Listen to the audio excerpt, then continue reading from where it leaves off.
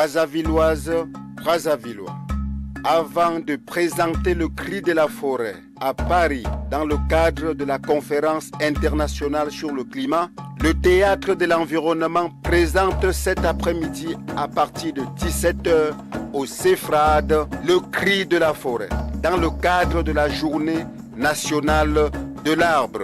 C'est une comédie pédagogique en faveur de la protection de la flore. Cette pièce de théâtre, écrite par le romancier dramaturge Henri Djombo et mise en scène par José Collins Coignet, traite du problème de la déforestation et propose un train de mesures à prendre pour atténuer ce phénomène. Cette forêt que vous voyez ici et à l'entour est notre patrimoine commun. Nos ancêtres l'ont exploité, nos pères aussi. Aujourd'hui, nous l'exploitons. Et demain, nos enfants l'exploiteront.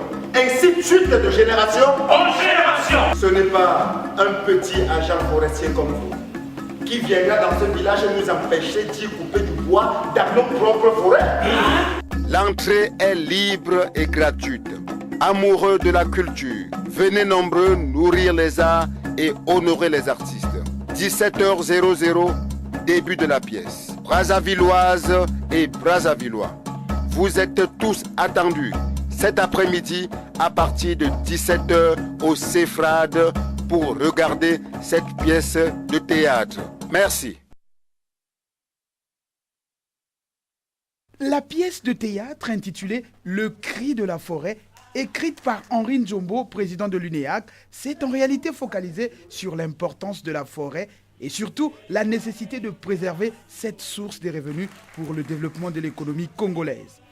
Nous devons gérer parcimonieusement nos forêts aujourd'hui pour qu'elles servent demain aussi à nos enfants. Nous devons donc être des acteurs responsables et modèles. Il vaut mieux prévenir que guérir, c'est tout le sens de cette pièce. Une histoire pathétique qui est celle du village imaginaire de Mbala où les populations sans information faisaient de l'abattage des arbres leur activité principale. Une activité tout de suite arrêtée par l'autorité qui du reste a expliqué et a même donné l'importance de la forêt. Ni vendre du bois. Mais réfléchissez un peu. Vous disparaissez aujourd'hui. Vos enfants et vos petits-enfants n'arriveraient pas demain à satisfaire leurs besoins en bois. Tu peux aussi de temps en temps le parler. Non. Vous trouvez des boucs émissaires pour vous consoler. Vous trouvez des sorciers partout. Alors que c'est vous, les fossoyeurs. Afin de faire passer le message, les artistes du groupe théâtral de l'environnement ont fait une prestation sans faute. La préservation de la forêt doit être une vertu, une culture, a dit un spectateur à la fin du théâtre.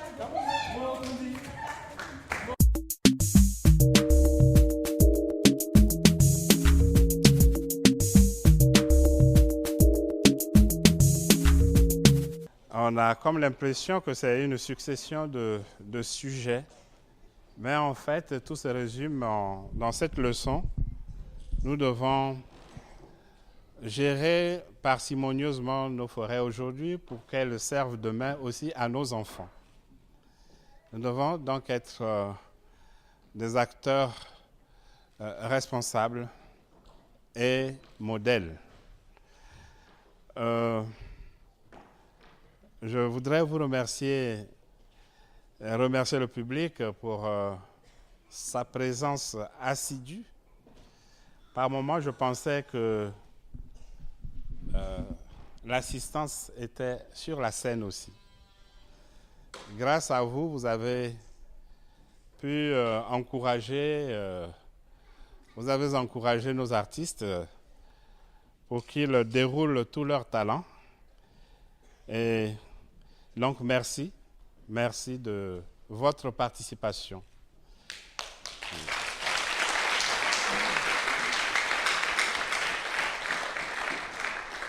Il me reste qu'à vous souhaiter à tous bonne journée nationale de l'arbre. Hier, on va prendre le spectacle na Bango. Le cri de la forêt était Kolela Yazamba. bato baza kokataka banzete kilikili me bayebi te ete bango moko bakosupporte baconséquence ntango makambo ekobanda kobeba.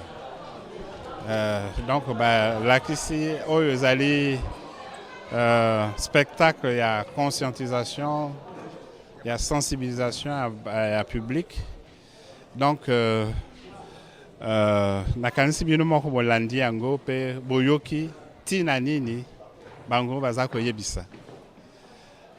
Biso nyonso tozali nde bakengeli ya zamba, tozali biso nyonso bakengeli ya zenga na biso. Donc tozala responsable jusqu'au bout. Incitation à la haine et à la rébellion. Agression d'un agent public en mission. Violation de l'article 144 du Code forestier. Et plusieurs autres atteintes à la loi. Ça ne marche pas.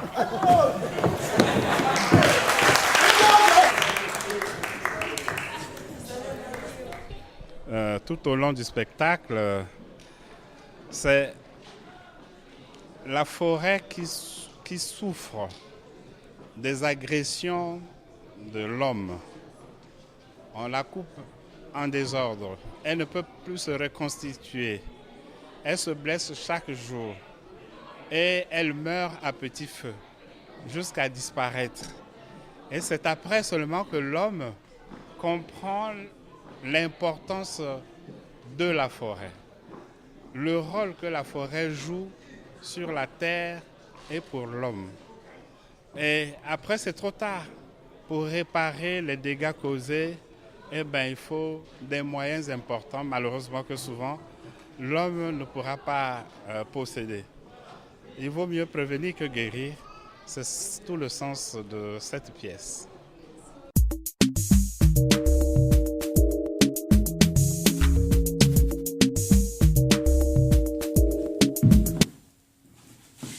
Alors, comment était le voyage? Oh, difficile. Surtout lorsque j'ai foulé le sol de Mbala. Ah, quel chose. J'ai assisté hier soir à la représentation en exclusivité de la pièce Le Cri de la forêt. Donc c'est une très belle pièce, très dynamique, avec on sent beaucoup de passion, aussi des parties comiques, des acteurs très engagés, une pièce très bien jouée qui mérite vraiment d'être présentée dans différents théâtres en France ou en Europe. Donc tout mon soutien à cette pièce, et particulièrement à Osée, le metteur en scène, et la personne qui a écrit cette pièce. Après, j'ai effectivement des petits commentaires à faire, constructifs. Donc Osée a fait un très joli discours à la fin, que je mettrai moi plutôt en premier, parce que ça pose bien le contexte, ça explique bien que cette pièce, c'est un instrument pour sensibiliser les populations locales à la nécessité de préserver la forêt, donc le dire avant la pièce et non pas après. Deuxième point aussi, il y a beaucoup de pédagogie qui est faite dans cette pièce, donc beaucoup d'explications scientifiques que je trouve parfois peut-être un peu trop intellectuelles, donc peut-être avoir des parties un peu plus faciles à comprendre, plus imagées. Par exemple, Osée m'expliquer tout à l'heure qu'on pouvait expliquer l'effet de serre en parlant d'une voiture qui serait fermée en plein soleil, donc utiliser plus d'images concrètes pour expliquer ces phénomènes scientifiques. Et puis enfin, une dernière petite interrogation que j'ai eue moi, je me dis mais ces villageois, comment ils vont faire pour vivre à la fin, puisque j'ai bien compris qu'ils changeaient d'endroit, qu'ils étaient à nouveau dans une belle forêt, qu'ils avaient compris l'importance pour eux de ne pas toucher à cette forêt, mais que vont-ils devenir et de quoi vont-ils vivre? Et donc ça serait bien de poser cette question, je pense, à la fin de la pièce. Voilà. Merci et bonne vie à cette pièce et bonne poursuite à Osée. Le charismatique. Population de Mbala, la forêt va saigner cette année. La forêt va crier de douleur. Et vous entendrez le cri de la forêt. Le cri de la forêt. Nous allons doubler la production de bois. Comme Chico. Nous allons passer de 2000 à 4000 tas de bois par jour. Le de nos ancêtres, je m'entends. Surtout que l'agent forestier a été impoli envers nous. Prenez vos haches, vos tronçonneuses, rentrez dans la forêt, de jour comme de nuit. Quel que soit le nom, la hauteur ou la grosseur de l'arbre, abattez. Le leader, le charismatique. Faites-moi confiance. Dans ce village, c'est moi qui règne.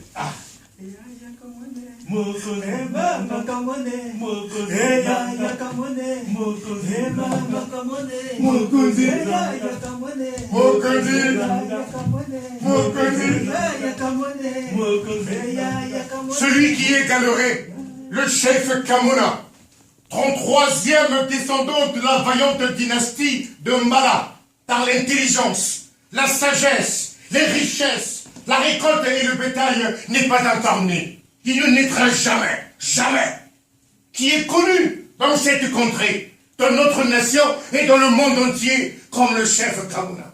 Qui Eya ya Kamune, Eya ya Kamune, Eya ya Kamune, Eya ya Kamune, Eya ya Kamune, Eya ya Kamune, Eya ya Kamune.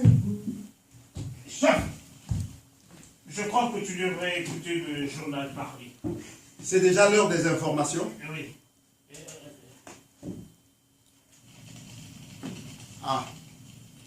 Environnement, la chaîne du développement durable. Cette industrie de la forêt mériterait d'être jouée à la conférence sur le climat en décembre 2015 à Paris et même dans beaucoup de pays dans le monde, car il y a eu pas mal de bonnes répercussions, des avis très positifs par rapport à la pièce qui s'est jouée hier soir à l'Auguste Théâtre, dont le directeur qui a dit que c'était une pièce vraiment authentique, que les acteurs comme Osé Coigne avaient cette authenticité et communiquaient ce bonheur et cette envie aussi de protéger la forêt via le thème qu'il propose dans cette pièce pour sensibiliser toutes les populations du monde à la protection de la forêt qui est un sujet aujourd'hui mondial et la protection de la faune et de la flore est vraiment importante aujourd'hui vu les circonstances dans lesquelles on vit en ce moment avec le développement et la mondialisation. D'abord, j'ai été très impressionné par l'interprétation. Le travail, d'abord, il y a un travail de mémoire extraordinaire parce que c'est un dialogue d'une très grande richesse. Ils n'ont fait aucune faute. C'est extraordinaire de voir. Et puis alors, il y avait une conviction qui vraiment franchissait toutes les barrières.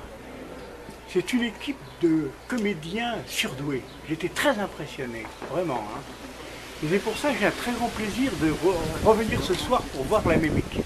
Vous savez, c'est un exemple parce que j'aimerais bien que dans beaucoup de pays, les ministres responsables d'un département ministériel soient capables d'écrire aussi bien pour le sujet qu'ils administrent. C'est un cas unique, hein, vraiment. Hein. C'est vraiment un exemple sans précédent. Jamais je n'ai vu un ministre responsable d'un secteur être capable d'écrire une pièce de théâtre ou un livre, ou un poème. Hein. C'est ça. Vraiment. Jacques Duchemin, j'ai une carrière africaine, j'ai exercé différentes fonctions ministérielles dans des pays africains. Laurine Mazel, qui avait dirigé le Requiem de Berlioz au Festival d'Orange, disait en parlant de l'orchestre de Paris que c'est un orchestre virtuose. Et je pense que votre troupe est une troupe virtuose.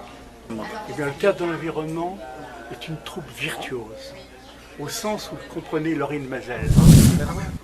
Oui, non, mais je dis, il faudrait le jouer plus d'une fois, mon Dieu, c'est tellement communicatif par rapport à tout le monde, c'est très très beau, c'est vraiment un message qui est excellent, et il faut continuer à... Mais par contre, il faudrait arriver à jouer pendant que ça dure, quoi, et que les gens viennent, qu'il y ait le bouche à oreille, qui est parce que c'est un appel, l'appel de la forêt, c'est l'appel des gens aussi qui viennent et tout, et c'est le monde, et c'est un bel appel, et il est magnifique, et en plus c'est fait magnifiquement bien dans l'esprit d'un Molière, à votre façon de le prendre en compte, et avec vous avez des artistes humbles, en plus magnifiques, qui donnaient, je trouve, une puissance, moi qui me plaît beaucoup, voilà, carrément, et je souhaite vraiment que ça continue, quoi. Il faut continuer, quoi. La conférence sur le climat, c'est aussi un bel appel, en même temps, puisque tout est lié, les arbres, la forêt, et tout ça, ça découle de de tous ces éléments, mon Dieu, qui sont et ça, c'est un très, très... une bonne opportunité pour présenter cette réalité aux yeux du monde, mon Dieu, qui est un peu aveugle avec tout ça. Et grâce à cette pièce, grâce à ces artistes magnifiques, il faut le faire. Merci. S'ils ne sont pas compris, ils sont stupides. Voilà. C'est comme le bébé qu'on attendait depuis. Et vraiment, c'est une très belle pièce. Très, très belle pièce. Je suis ravie et je suis très contente pour vous, fière pour vous, en espérant qu'il y ait des retombées et que vous puissiez nous revenir très, très, très vite. La chaîne de la faune et de la flore. Le Conseil des ministres s'est réuni ce jour. Il a examiné le seul point inscrit à l'ordre du jour. L'exploitation du bois dans notre pays. Ah, l'exploitation du bois. Chacun peut couper du bois comme il veut. L'exploitation du bois. Le bois libéralisé. Il est venu nous raconter n'importe quoi ici. Suivez. Le gouvernement a statué ce jour sur le contrôle de la filière bois dans notre pays. Le combat contre les coupes illicites des bois doit être général. Il sera mené sans pitié pour en finir avec les mauvaises pratiques qui mettent en péril les écosystèmes et privent la société de possibilités de développement.